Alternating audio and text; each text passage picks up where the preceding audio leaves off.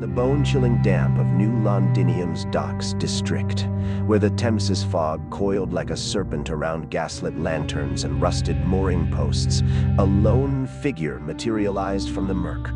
The air was a noxious slurry of brine, rotting fish guts, and the acrid bite of coal smoke belching from unseen factory stacks. Each breath a reminder that the ether age devoured the weak. This was Rook, the shadow-haunted fixer whose web of whispers spanned the etherweb's darkest nodes, his greatcoat sodden and heavy, muffling the wet slap of his boots on slime-slick cobblestones. Rook's hawkish eyes, shadowed beneath a battered topper, pierced the gloom of the Crow's Nest Tavern. Inside, the haze was thicker.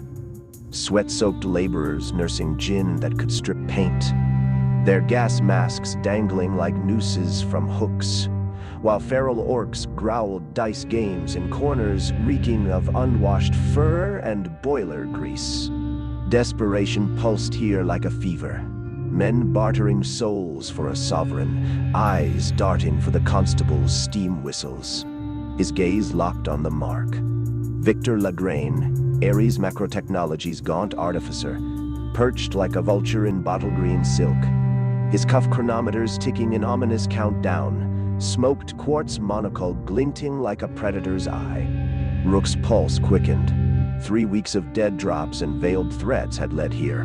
One slip, and the Shiawazi blades, or worse, Lofwyre's draconic auditors, would carve them all.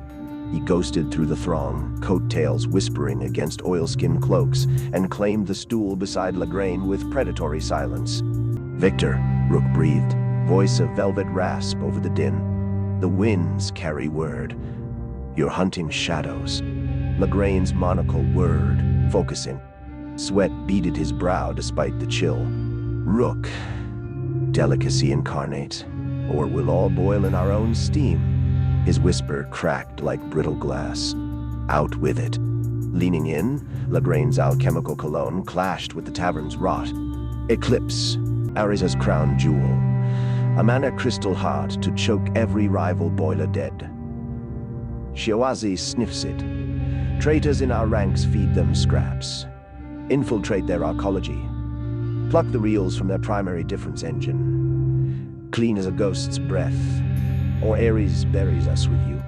Rook's gloved fingers tightened on his tankard, the metal warm as blood. Shiawazi's steam knights didn't take prisoners. Their tar valves melted flesh to slag. Crew and entry? 3 nights, 500 sovereigns in Ares scrip, expenses, and the traitor's name, double. The sum burned in Rook's mind. A Highland croft, air untainted by smog. But failure? Flayed alive in a public gibbet, gears grinding bone to dust. He clasped the hand, sealskin over steel. Done. Lagraine's grip lingered, desperate. Eclipse launches at dawn's boiler chorus.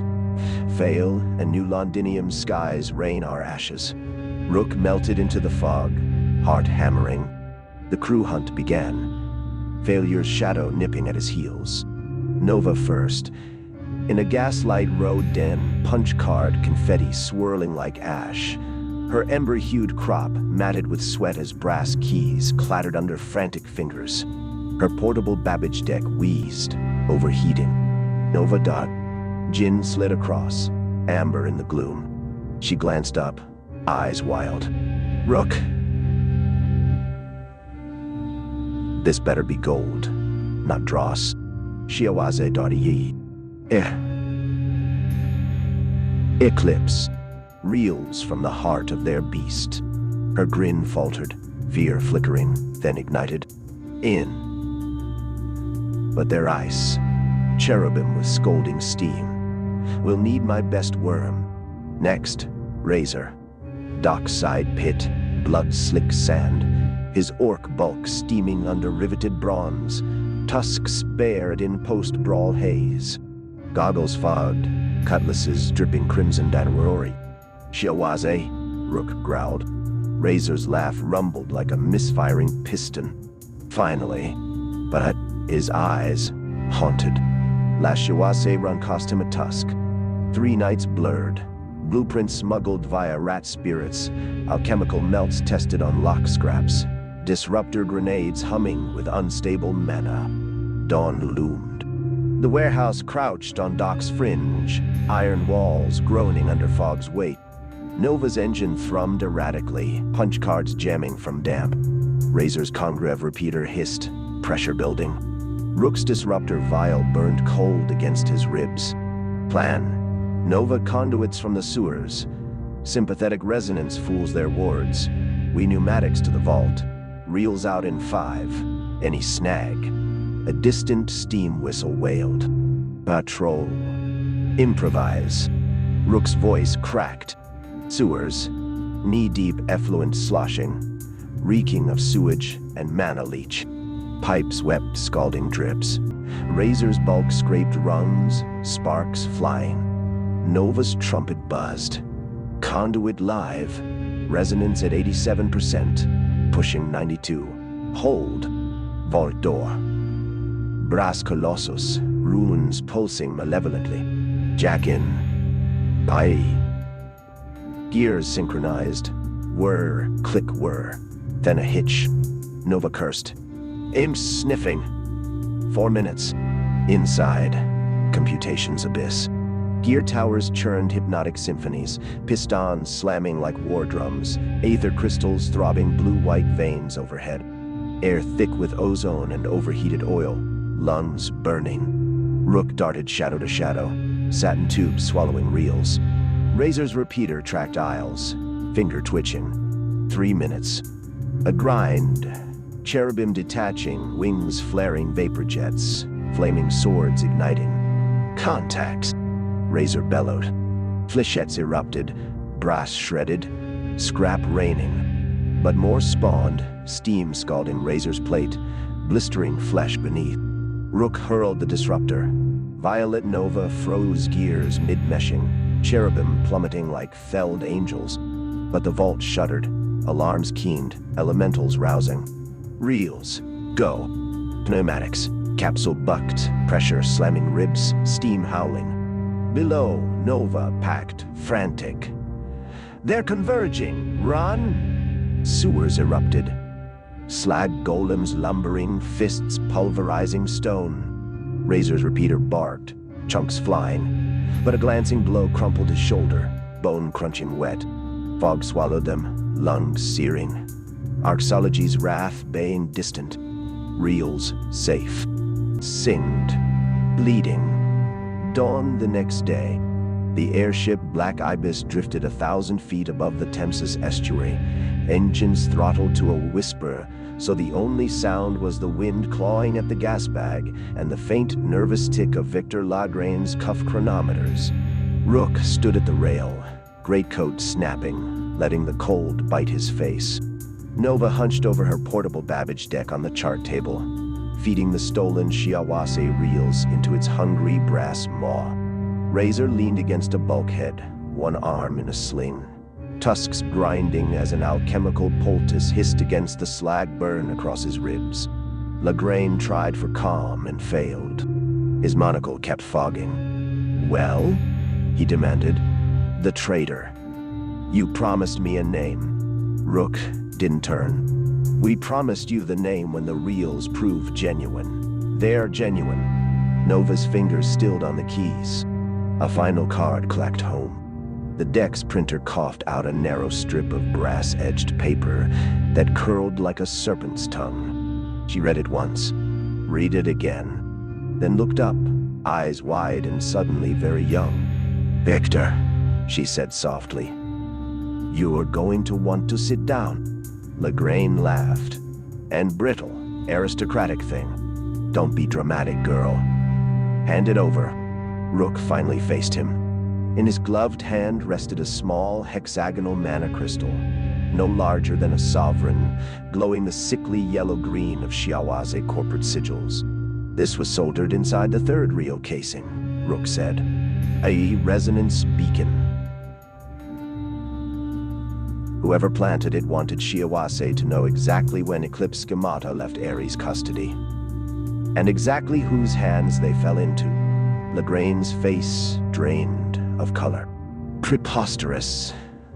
That proves nothing. Nova turned the brass strip so he could see the punched inscription. Property of V. Lagrange. Personal Vault. 7. Ares Macro Technology. Do not remove under pain of summary disassembly. The monocle slipped from Lagrange's eye and swung on its chain like a hanged man. Rook stepped closer. You didn't just want the Shiawase copy destroyed, Victor. You wanted Ares to believe Shiawase had already stolen it, so the board would accelerate Eclipse, pour every sovereign into production, and make your forged patents worth a dragon's hoard when you sold the final revisions back to the highest bidder. Lofware, most likely? He does love a long betrayal. Lofware, most likely. Lagrange's hand darted inside his coat. Too slow. Razor's good arm snapped out, piston gauntlet closing around the artificer's wrist with a wet crunch. Bone grated. Compact needle pistol clattered to the deck. Lagrange screamed once before Razor's other hand, sling and all, clamped over his mouth. Rook crouched, picked up the fallen pistol, and pressed it beneath Lagrange's chin. You hired us to steal evidence of your own treason, he murmured, almost gently. That's elegant. Stupid, but elegant. Nova's voice was ice. The beacon logged every sympathetic conduit I opened. Shiawase knows we were here. They'll have kill squads on the UBJs within the hour. Lagrange tried to speak through the orc's palm. Razor tightened until something popped. Rook stood. Options.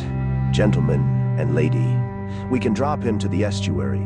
Quick, quiet, feeds the Krakens. Or we deliver him alive to Ares' internal alchemy division. They'll peel his soul like an orange and wear it for a hat. Nova looked at the brass strip again, then at Lagrange's terror-wide eyes. I vote we sell him to the dragon. Let Lofware collect his 30 pieces of gold in person. Razor gave a low, rumbling chuckle that sounded like a boiler about to burst. He lifted Lagrange bodily, dangling him over the rail. Fog swallowed the artificer's muffled shrieks. Rook placed the glowing beacon crystal on the deck and crushed it beneath his heel. Green fire licked up, then died. Change of plans, he said, drawing his Webley Manor revolver. We keep the original 500. We take the traitor, the reels, and every scrap of evidence straight to the brass citadel.